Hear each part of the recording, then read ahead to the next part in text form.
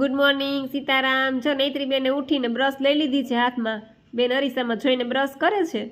ને એના પપ્પા શાંતિથી ન્યૂઝ જોવે છે બેઠા બેઠા. ને પછી અમે નાઈ ધોઈને નીકળી ગયા મારા મમ્મીના ઘરે જવા. અને મારે તો વળી ગામમાં પિયર્યું ને ગામમાં સાસર્યું, એટલે જ્યારે મન થયું ત્યારે આ ઉપડા.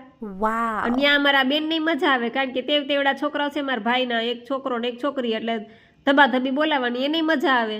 અને પછી આ કપડાને તડકો લાગતો હતો, મારી મમ્મી એને છાયા ભેગા કર્યા ને ત્યાં તો આ કબૂતર ભાઈ ટોડલે ચડીને બેઠા છે. અને આ જો કેવા આરામથી ઝૂલે બેઠા છે.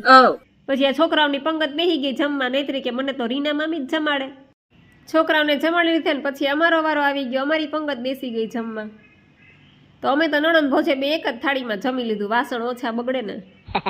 અને પછી જમીન ઘરે આવતા હતા ને તો આ બે તો આવું ચાલુ કર્યું.